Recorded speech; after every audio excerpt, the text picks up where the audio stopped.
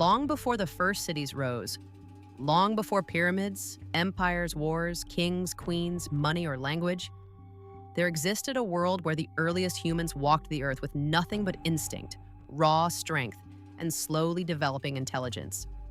But these weren't us, not yet. They were different. Some small, some tall, some clever, others surprisingly primitive. Many of them lived and died without ever knowing fire, clothing, or shelter. Yet every single one was part of the chain that would eventually lead to modern humans. So the question remains, who were the first humans to roam the earth and how did we get here? To find that answer, we need to go back, not hundreds, not thousands, not even millions, but many millions of years, to the very root of our family tree. Our story begins around 7 million years ago with Sahelanthropus tchadensis. This creature lived in Central Africa in a landscape completely different from today. A mix of woodlands, swamps, and grasslands filled with massive ancient animals. The fossils show a strange combination of features: small canine teeth, a flat face, and a skull shaped in a way that suggests it stood upright. Standing upright was the first major break from our ape ancestors. It freed the hands, allowed long-distance movement, and changed the way early ancestors interacted with the world. At this stage, nothing about these beings resembled human life. They couldn't make tools. They couldn't communicate beyond basic sounds. They couldn't form societies. But nature had just taken its first step toward the creation of humans. A few million years later, something remarkable appeared: Australopithecus. These early hominins lived between 4 and 2 million years ago. They were short, roughly the height of a modern child. Their brains were about 1/3 the size of ours, but they were no longer apes. They moved confidently on 2 legs, often covering long distances in the African savanna. They survived droughts, evaded predators, and lived in social groups that offered safety and learning. Imagine the world through their eyes: giant hyenas much larger than today's, massive birds with lethal beaks, saber-toothed cats stalking the plains, crocodiles longer than a car lying in wait near watering holes. For Australopithecus to survive in this deadly environment for over 1 million years is a testament to just how tough and adaptable they were. One of the most famous early human fossils ever found, Lucy, belonged to this group. Her skeleton revealed just how efficiently she walked upright. She likely climbed trees at night for safety, ate fruits, roots, insects, and occasionally scavenged meat. They weren't making tools yet, at least not shaped ones. But they were learning, watching, adapting. Humanity was slowly forming.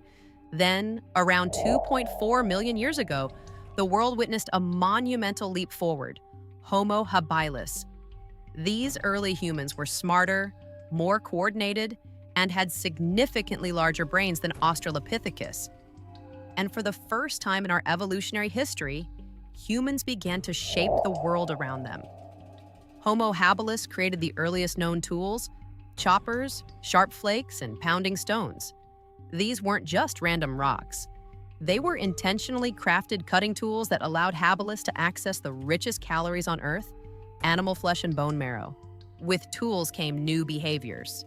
They scavenged from dead animals before predators arrived. They cracked bones for nutrients other creatures couldn't reach. They defended themselves with sharpened stones. They began forming small communities around shared food. This was no longer an animal simply reacting to the world. This was a creature altering it. Homo habilis marks one of the clearest turning points: the moment our ancestors began relying on intelligence over brute strength. Many scientists consider Habilis the earliest member of the human genus. If so, they may very well be the first beings we can truly call human. But evolution didn't stop there. Around 1.9 million years ago, another species emerged, one that would shake the foundations of human evolution: Homo erectus. Homo erectus wasn't just an upgraded version of earlier species. They were something entirely new: taller, stronger, leaner, built for endurance and long-distance travel. Some individuals may have even run long distances, a skill almost no other animal on Earth possesses. And then came the real breakthrough: fire. While earlier species may have used natural fire, Homo erectus learned to control it.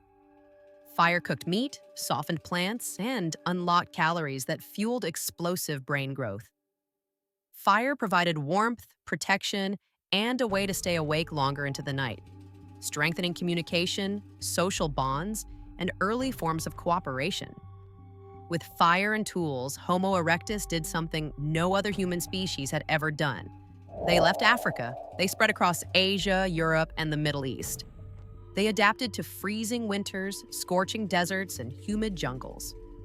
They survived volcanic eruptions, floods, droughts, and the emergence of predators even bigger than the threats in Africa. In many ways, Homo erectus was the first global traveler. They lived for over 1.5 million years, far longer than our own species has existed so far. Their tools became more precise. Their hunting strategies became more advanced. Their social groups became larger and more complex. Without Homo erectus, global human migration might never have been possible. But the human story is far from simple. As Homo erectus spread and thrived, evolution continued splitting the human family tree and creating new branches, new species, and entirely new ways of being human. There was Homo ergaster, possibly a more refined African version of Homo erectus. There was Homo rudolfensis, with a mysterious mix of advanced and primitive features. There was Homo antecessor, living in early Europe and possibly cannibalistic. There was Homo floresiensis, the 3-foot hobbit species found in Indonesia, small, isolated, and incredibly resilient. There was Homo naledi, a surprisingly recent species with a tiny brain but possible burial rituals. There was Homo heidelbergensis, a strong, powerful hunter who likely gave rise to both Homo sapiens and Neanderthals. And there were the Neanderthals themselves, intelligent, muscular humans adapted for the brutal cold of Ice Age Europe. Neanderthals made jewelry, used pigments, built tools nearly as advanced as ours, and even buried their dead with care. They spoke, hunted cooperatively, and survived some of the harshest climates the world has ever seen. These were not mindless brutes. They were fully human, just a different kind. Many of these species overlapped, living at the same time in different parts of the world. Some interbred, others fought for territory. Some went extinct quietly, others mysteriously vanished. Evolution wasn't a single path. It was a network, many species coexisting, competing, and sometimes merging. Then finally, around 300,000 years ago, a new kind of human appeared in Africa. One whose mind worked in ways the world had never seen before. Homo sapiens. Unlike earlier humans, sapiens had advanced language, symbolic thought, imagination, the ability to think abstractly, the capacity to plan far into the future, complex social structures, art, music, and ritual. They carved tools with precision, shaped bone needles, created long-distance trade networks, painted breathtaking cave art, and built boats that carried them to distant islands. Within a relatively short period, Homo sapiens spread across every continent except Antarctica. They encountered the Neanderthals, the Denisovans, and other human species, and sometimes interbred with them. But eventually, sapiens became the dominant and then the only surviving human species. The age of many humans ended. The age of one human had begun. So, who were the first humans to walk the earth? If we define human as belonging to the Homo genus, then Homo habilis is the earliest known human species. If we define human as possessing advanced language, art, creativity, and complex thinking, then the first humans were Homo sapiens, us.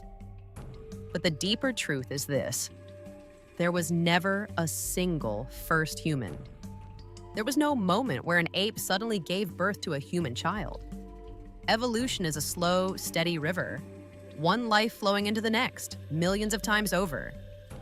Humanity wasn't a single spark. Humanity was a long-burning fire that took millions of years to ignite.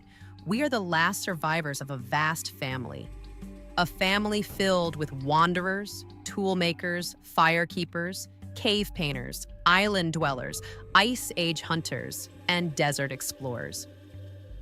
Our existence is built on their footsteps, struggles, adaptations, and triumphs. We are not the beginning of the story. We are its latest chapter, and the story is still being written. If you enjoyed this deep dive into our origins, hit like, subscribe, and let me know in the comments. Which early human species would you want to meet if you could travel back in time? Stay curious, Ross, and keep exploring.